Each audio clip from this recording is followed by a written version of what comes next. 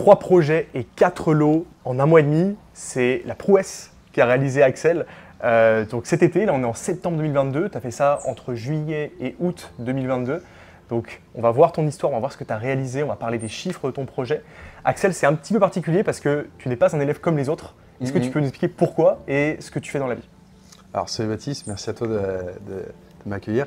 Effectivement, un élève particulier parce que je fais partie de l'équipe, donc on travaille en partenariat depuis maintenant bientôt 2 ans, Ouais, c'est ça. tout à fait. Et donc je fais partie de l'équipe, donc je manage l'équipe de conseillers stratégie immobilier, donc concrètement les personnes que vous avez au téléphone, donc vous pourrez peut-être me retrouver au téléphone d'ailleurs. Et c'est un petit peu particulier parce que ça fait 2 ans que je suis élève, 2 ans que je ne m'étais pas encore lancé. Tu as suivi la formation, tu as vu les études de cas, tu as vu les élèves qui passaient, qui nous rejoignaient, etc. Tu as vu également l'équipe grandir, bien sûr. Exactement, l'équipe grandir puisque on l'a fait grandir. Au début j'étais tout seul, j'étais le premier, je suis le premier et donc on a fait grandir cette équipe et maintenant on est bientôt 40 personnes chez Stratégie Immobilier. En partenariat avec les personnes qui bossent avec nous, etc. Ouais. Et donc cet été je me dis c'est le bon moment, je me lance, j'y vais, let's go. J'aurais pu me lancer avant, simplement on n'a pas pris le temps. Pas pris le temps et puis aussi peut-être qu'il y a un aspect financement. Tu le disais peut-être au début, tu étais en micro-entreprise il y a 2 ans quand on s'est rencontrés, tu as commencé à travailler avec nous. Et c'est vrai qu'on a souvent cette croyance de se dire quand on est en micro-entreprise ou qu'on n'a pas 3 bilans comme tout le monde dit, on peut pas emprunter, on peut pas investir, ce qui est totalement faux. Dans pas mal de situations c'est totalement possible, évidemment ça dépend des revenus, ça dépend de la récurrence, ça dépend de l'activité, mais dans ton cas, finalement, quand tu as fait ton étude de financement auprès de ton banquier, tu étais encore en micro-entreprise. C'est ça, j'ai eu l'accord oral pour le financement, donc d'un peu plus de 250 000 €, alors que j'étais en auto-entreprise. Oui, donc ça pose pas de problème dans ton cas où ça faisait quand même ça faisait 2 ans que tu faisais ça, tu avais une stabilité dans tes revenus, etc. Bien évidemment, si vous avez une micro-entreprise et que vos revenus sont à 0 depuis 2 ans, ça ne marchera pas, c'est logique. Ouais. Ok, donc très bien pour ta situation, donc tu bosses avec nous. Qu'est-ce qui t'a motivé du coup? Qu'est-ce qui t'a fait passer à l'action, te dire bon allez maintenant je bosse avec Baptiste, l'IMO ça m'intéresse, mais vas-y j'y vais. Qu'est-ce qui t'a fait te décider? Est-ce que c'est le fait de voir les autres réussir, d'aider les élèves à réussir et de pas le faire toi au niveau immobilier? Qu'est-ce qui t'a? C'est ça. Qu'est-ce qui t'a trigger? Je voyais de plus en plus d'élèves, je vois de plus en plus d'élèves réussir au quotidien. Ouais.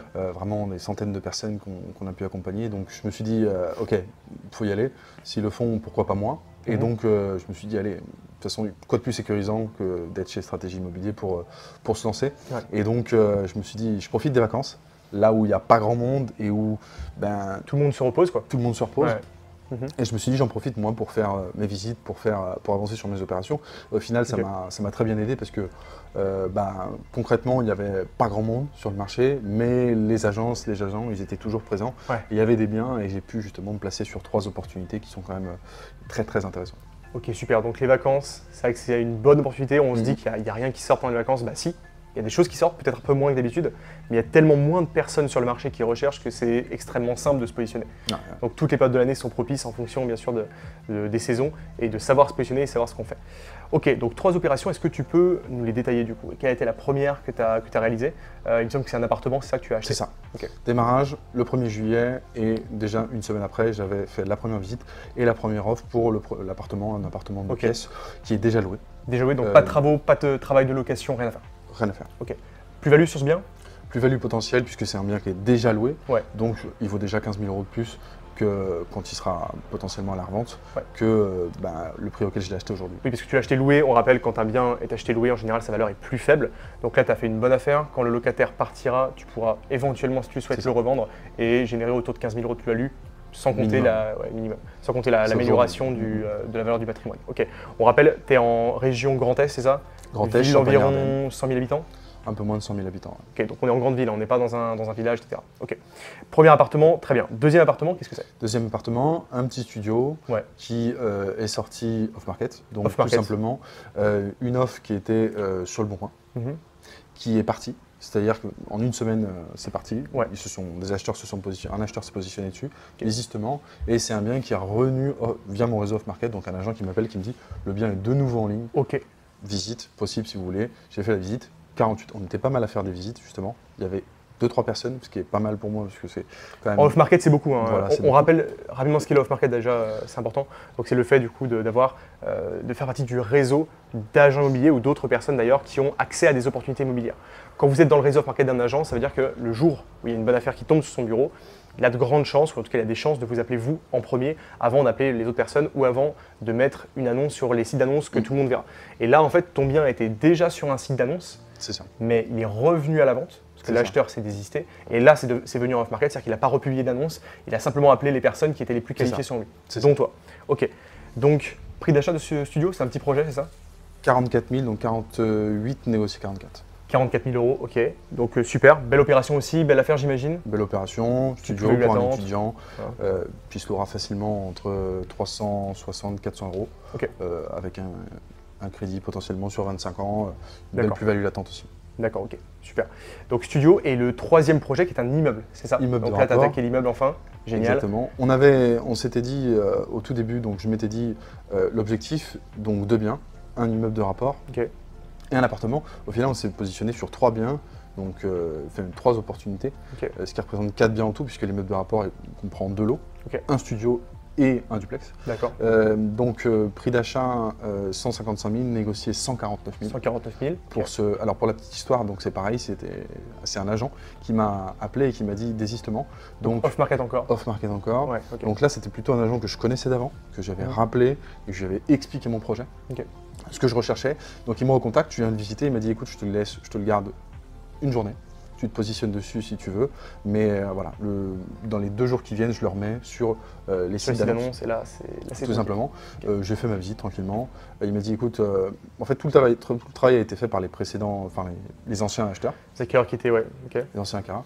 Et donc il m'a dit voilà, concrètement ce bien est à 155, la dernière offre qui est passée elle est à 149. Je me suis tout simplement positionné à 149, l'offre a été contre-signée.